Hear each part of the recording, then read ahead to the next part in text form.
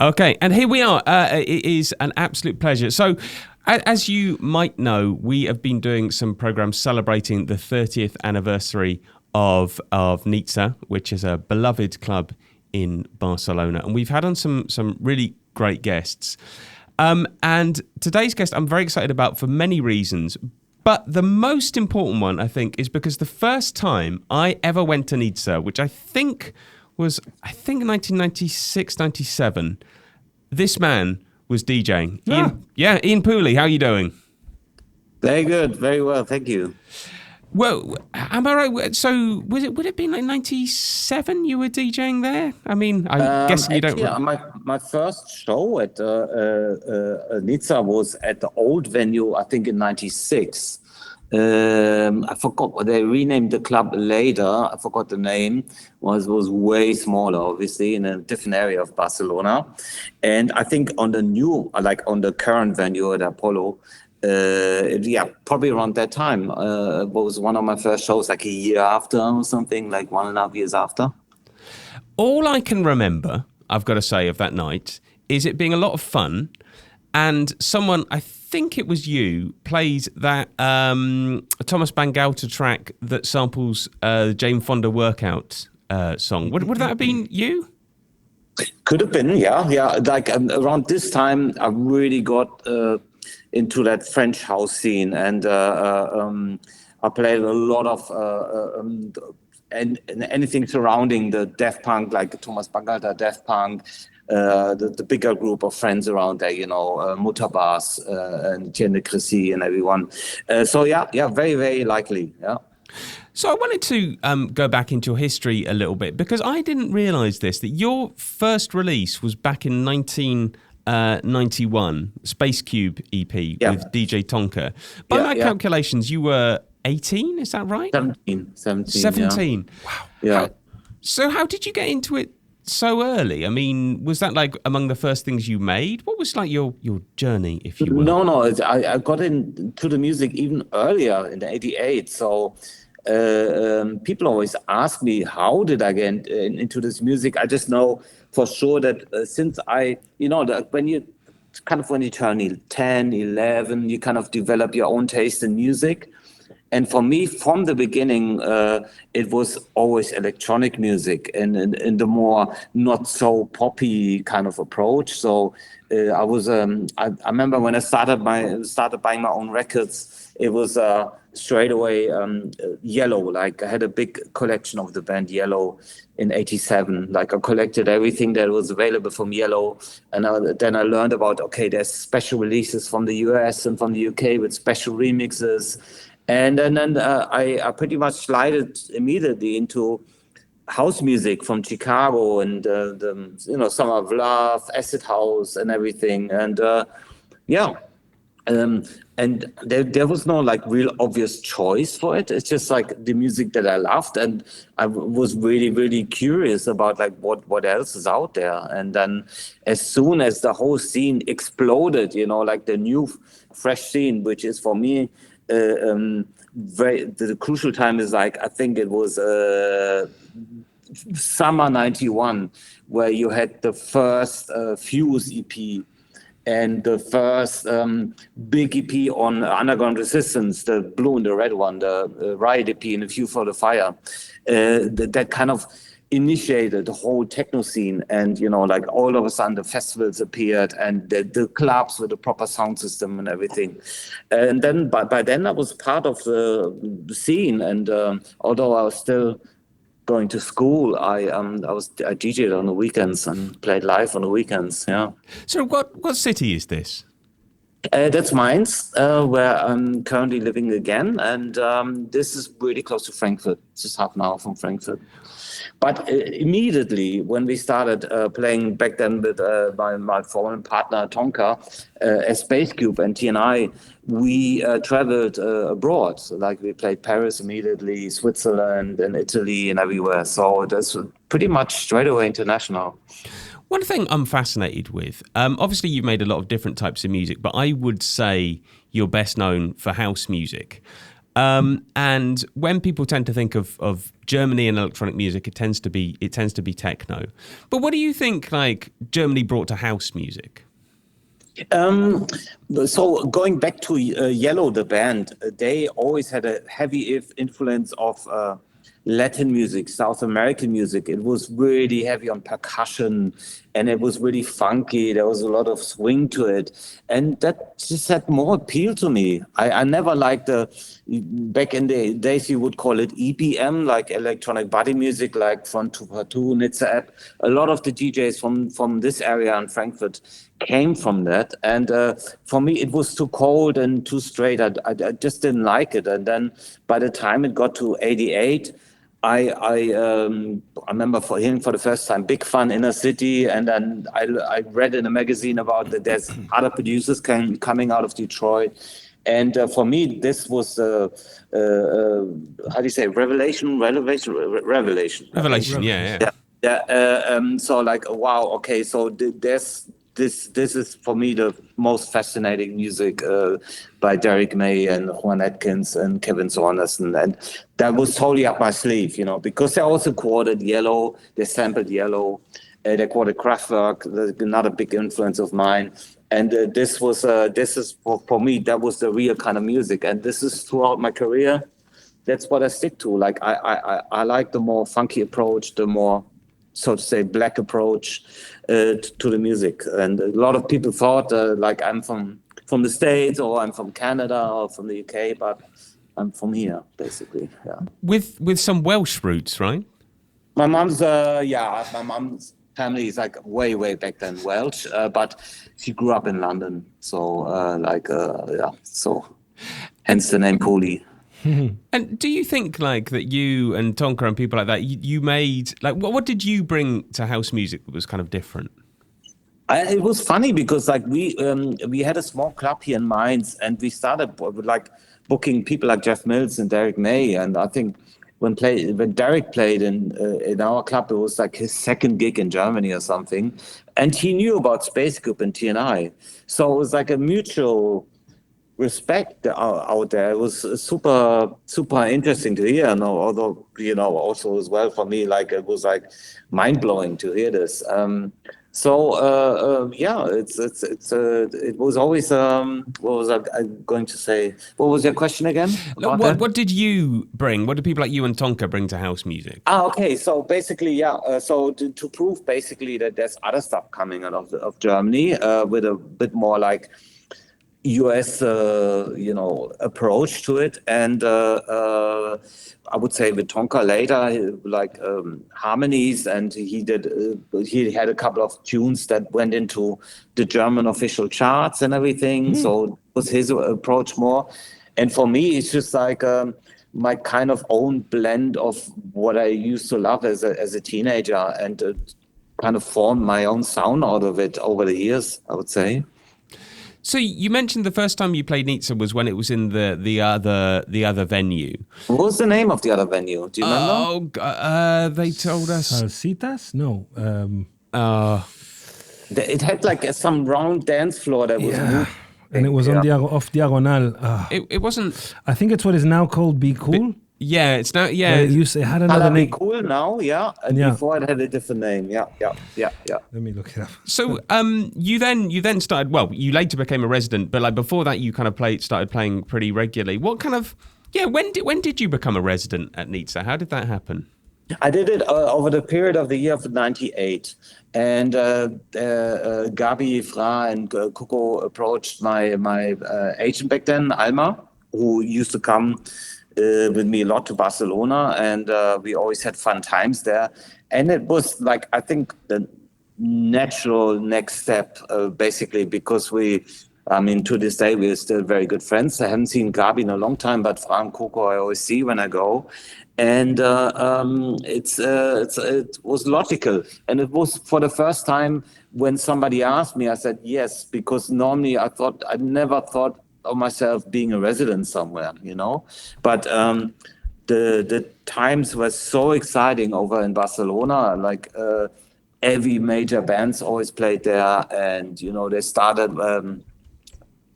But the first Primavera was around that time. Maybe Primavera was later. I'm not sure.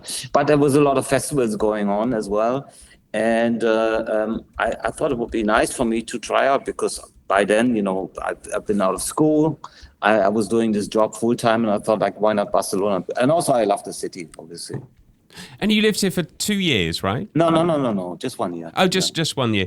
I was speaking to Coco, and he was saying you are a big foodie, right? Yes. Food enthusiast. Yeah. Always my first question. Yeah. So, like, what did you make of the Barcelona food when you moved? Amazing. It's a never-ending discovery of new restaurants, and that's what I love. And everyone has their own favorites. Everyone has their little secret spots where they like to go, and you go. I just remember that they were way ahead of compared to other cities in Europe. It's like going into a venue that it wasn't made to be like a restaurant, and they turned it into a restaurant, I don't know, within a couple of weeks, a little bit of renovation, like an old bar, and all of a sudden it's a restaurant with European Asian fusion or something, Japanese European fusion. And yeah, fascinating. And then also, while you would go to the restaurants, exploring like different neighborhoods of Barcelona, because it was scattered all over town, and always fascinating. And up to this day, it's like I said, my first question to Coco is, what's new? Where should I go? And give me a list, And obviously, we still go together for restaurants, but it's really, really fascinating. And of course, you released a song called Balmes. Is that a tribute to the street you were living on, or? Yeah, exactly. Yeah.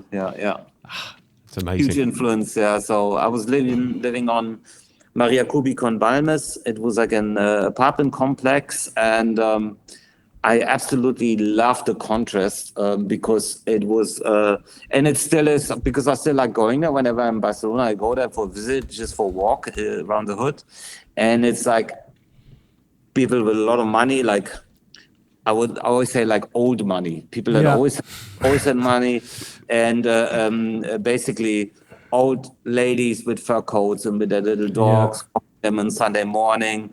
I remember, I still have it in my nose, the aftershave of the old man, freshly shaved on a Sunday with a tie on, with a coat. Yeah. And I would love sitting. I had so much fun sitting in the restaurants with those people Sunday on a lunch or something. After Nitsa, it was so much fun because it's like a complete different world. And them smoking their cigars or their old school cigarettes, like Ducados or Ducados. Yeah. Black really, tobacco. really nice. And I still love the neighborhood. I think it's like a funny old school neighborhood of Barcelona. And my favorite restaurant right now is on Balmes, Ultramarinos Marine. Next time, get Coco to take you there. When are you coming again? Okay. You're coming now on the 30th, right? Yes, yeah, I'm playing at La Terraza. I'm not playing for them. We're still trying to get a day together where me and Coco can play together for the anniversary. So it's probably going to be after summer or something. Mm-hmm. But I remember also Flash. That was really around the corner for my apartment. Still going. Yeah. And I sometimes go there for the tortilla, just for memory lane. Yeah. So what kind of memories do you have of like playing Nitsa? Any nights that really stick out? One of my most fun nights was playing with Matthew, with Herbert. And I will never forget, he ended the night with Frank Sinatra, That's Life. And we were just standing there, lights were on, and we were singing along, That's Life. It was beautiful. What else? Many, many crazy nights. And I really, really adored the old DJ booth because it was... you were on eye level with the people. The people were all around you, and you were basically inside of the main system. Like the system was all around you, and it was super, super nice. Just trying to think who else was really, really good. I really enjoyed the nights where I would play, and the guests would be completely different. Like, for example, I'm not sure if I played with Adabaya or maybe Bandulu or Space DJs or someone like this.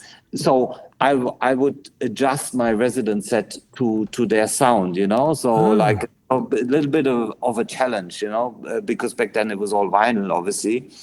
And so I had to fly back a lot and bring some more records from home. Wow. So I had enough there. But also, I remember one night, Thomas Bangalter just gave me the white label of Stardust. Wow. And I played it 4 times. Ask Coco. I think I played it crazy. It must have been 3 or 4 times. And every time the reaction was like crazy through the roof. So, and it's, like the people didn't know about this. There was no internet. So like I was one of 20 people that had the white label basically. And so you can see that a good track, instant classic, it touches everyone, I don't know how's the capacity at the club. I think it was like 800 or 900 people going crazy to a track they never heard before, Wow. I mean, you're one of the many things you're known for is that Daft Punk connection. You remixed them, they remixed you, you toured with them, etc., etc. How did you meet in the first place? I don't know. The first thing was the request for the first connection was me asking them for a remix. That was the first connection, and they were super honored and happy because I think I was the second one. Like I think iCube was first, and then I was the second one that they ever did a remix. And then I think I played at Gibus in Paris or something, and then we met, basically, and we clicked. I mean, they weren't really much younger than me, so similar age, similar background. Like started really early. When they were really really young and everything. So really clicked. And you love the funk. Yeah, exactly. Yeah, totally. Yeah. Joined by the funk. What was it like to tour with them? Super interesting. I mean, like every musician that I admire or we have mutual respect. Everyone's a foodie. Everyone's into movies. Everyone's into other kinds of music, and so basically it would always consist about talking movies, talking. I went with Thomas a few times during the tour. We went for cinema during the day, when we had time off. Listening to music, talking about music and everything, stuff like this. So your remix of Burning is joint top of my Daft Punk remix chain with the Armand van Helden remix of Daft Punk. It's an amazing, amazing remix. Am I right in saying, I don't know if you can talk about this, you did a second remix of Burning that hasn't come out, right? Yeah, well, but basically, they never released the main remix that I did, where I worked the most on. And the one which everyone knows I did, I don't know, I did this in 2 hours, something, 1 hour. I play the unreleased mix, and I get crazy how much good feedback I get. And it was never mastered. I recorded it straight off the old dead tape, and I always think, like, when I listen, like, wow, what a good mix down! Wow, this is really good. So it's always nice when you hear something that you did yourself, and you hear a little bit of gap of time, And so they asked me last year because they were putting out the special edition of Homework and homework remixes, and I sent it to them again, but nothing ever happened. So out of respect, I just keep it to myself. I don't give it to anyone else because it was made for them. And if one day they decide to release it, great. But otherwise, I just keep it for me. What is the connection between you and Brazilian music? This is just a private thing. I'm just a huge fan of Brazilian music. It's I discovered it in the mid-90s, and I remember I was in Porto in a bar before the actual show where I was playing in the club, and this guy was playing all the the Brazilian standards, the classics, and ever since I'm a huge fan, and this is something So someone asked me about this before, and I think the reason is also something to do with the rhythm. I think it's also, like heavy percussion, heavily, syncopated, like a lot of swing to it, and, shuffle.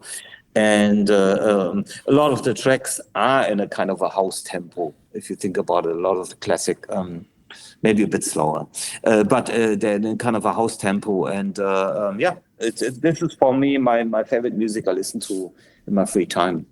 Clean my ears. It's also been a very important part of like German electronic music when there was labels like Compost and Jazzanova and you yourself on your albums, no? That kind of brass electro fusion that it was extremely popular everywhere, all over Europe. In Madrid. I was really fascinated around that time, and I did some nice collaborations. I did a track with Marco Wall, who's a dear friend of mine. I saw him a year ago, and we always are happy to see each other. Terry Callier did a track who sadly passed away. This was me in the early 2000s, exploring like different genres. But these days, I would say I got back a bit to the core, what I stand for, Ian Pooley, the sound and the Brazilian or the jazz and funk I listen to in my spare time, or I check for samples. Well, I was going to say this kind of brings me to another absolute classic from your catalogue, which is the Jazzanova remix of What's Your Number, a tune I must have listened to at least 10,000 times. Did you feel like a big connection to that whole broken beat West London thing? Yeah, but I enjoyed the Jazzanova a little bit more because it was a bit more playable. Like it was just tiny bit closer to the house music I was playing.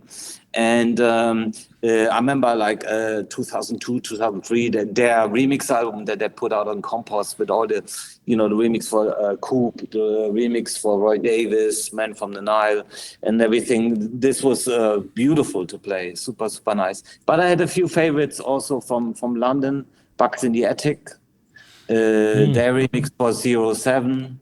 Was beautiful. Who else? All the Four Hero stuff, Digo Four Hero stuff. Because around at this time, you were signed to V2, which was not a major label, but it was kind of a big indie label, sort of somewhere in between the two. I mean, it was certainly pretty. What was it like being signed to them? Like a label that certainly wasn't specialised in dance music and was a pretty big label. I always had a really good time. All the local offices, there were some really young, new, open-minded, talented people working in there. Like it was very refreshing compared to like a normal major record label, which used to be a bit more corporate.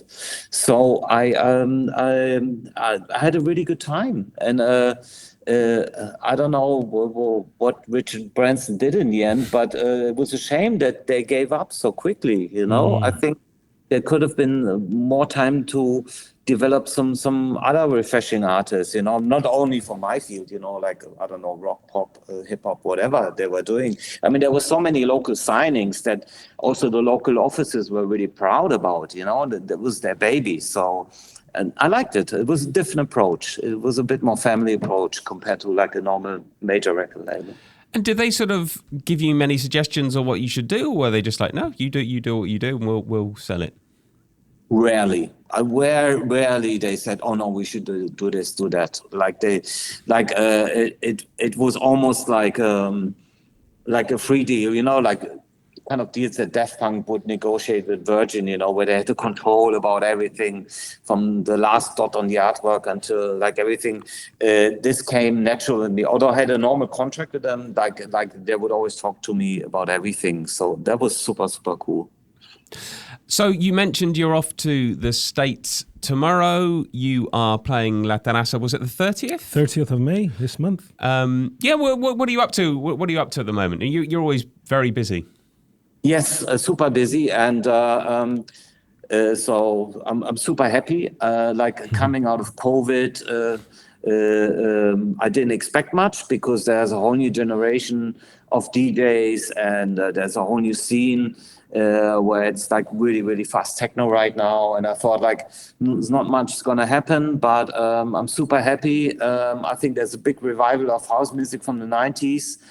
Due to the fact there's also, because there's also a whole new generation of clubbers that are super fascinated by 90s house music, because they're too young to have experienced it firsthand. So for them, it's like they're sucking up every information they can, and they love my approach to the music. They love the way I'm producing, because I produce mostly out of the box, and so they're super fascinated by this. So it's great. So I love the traveling right now, but it's lacking a bit in the studio. I'd love to have some time in the studio as well. One final question, if I may, and I'm not going to say why I'm asking this. All will be revealed at some point. But Ian, what is your favourite Stereolab song and why? Stereolab. So I prefer from Stereolab the more, like not necessarily going so much in the clubby thing, I like the classic ones, like Sibel's Revenge, it's called. Fluorescence, I like Miss Modular. So classic Stereolab for me, and gives me back memories. Also, Coco, going with him record shopping. We would go a lot during the week, going shopping for indie music. I would buy a lot of indie music at one record store. I forgot the name. Something with rock something. And also, I used to go to a record shop called Wawa Discos. I think they're still around. Yeah. I would buy a lot of Moog music from the late 60s. Stuff like this. But Stereolab, classic, poppy Stereolab songs, I would say. Thank you so much, Ian. It's been an absolute pleasure. I hope the tour of the US goes well. Thank you very much. We'll see you on the 30th with full stomachs. I'm hungry now. I'm hungry. Yeah. Ian, thank you so much. And see you soon. See you. Bye. Bye.